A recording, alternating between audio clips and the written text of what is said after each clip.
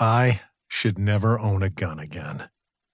That's what I just wrote down before I rationalized it away. Not trusting myself with a gun is a scary thought, not the kind I should be having on a Saturday night after sitting front row for the subversive Brazilian jiu-jitsu tournament that my 10th Planet teammates dominated.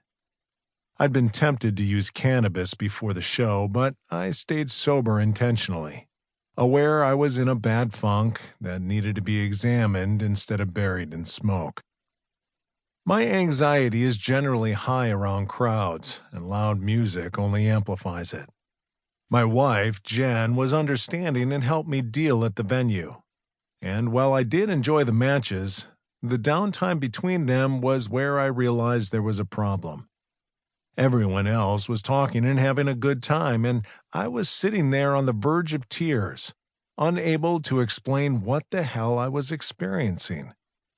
Now, safe at home, waiting for my vaporizer to warm up, I understand part of the problem is depression. I have not been able to train much the past 2 years due to neck, back, and shoulder issues. Jiu-jitsu has been a big part of my life, and it sucks not being able to roll. Yet, it goes even deeper than that. News reports replay over and over in my mind.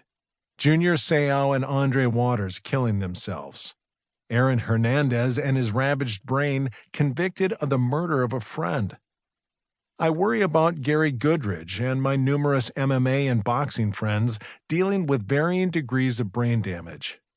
I consider my Brown University teammates who are in brain studies, one of whom I just spent 3 days with talking about what chronic traumatic encephalopathy, or CTE, has done to his life, and that he now only has a short time to live thanks to the combination of the neurodegenerative disease and acute myeloid leukemia.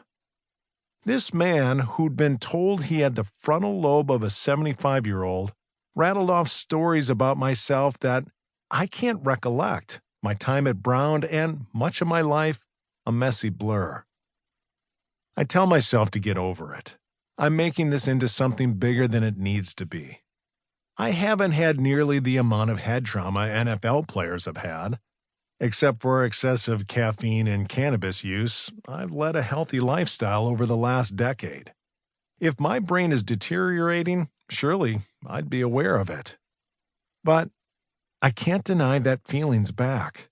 The one I've kept at bay through yoga, jiu-jitsu, cognitive therapy, meditation, cold therapy, alcohol, and psychedelics.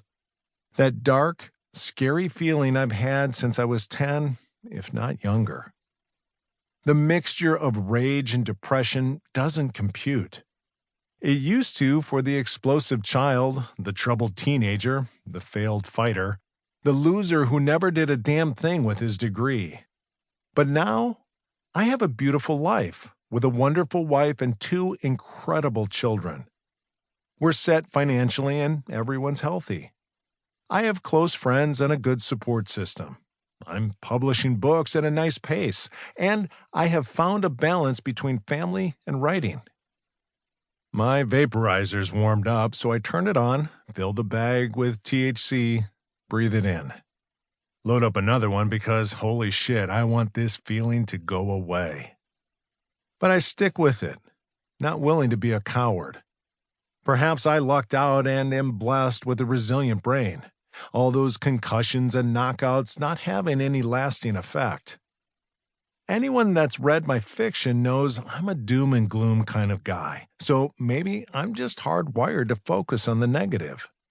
And even if all those brain injuries did cause problems, surely I'd gotten past them by now, especially with the treatment protocol I'm on. But still, I must consider the symptoms. Impulsive behavior? Guilty. Whether gambling, video games, or drugs, I can be an addict. Memory loss. This one's not even funny. I can't tell you the number of times friends have shown me photos of events to prove that I was there. I blame it on the weed. Difficulty planning and carrying out tasks. It takes me days to respond to emails. The littlest things are written down in hopes I'll one day do them.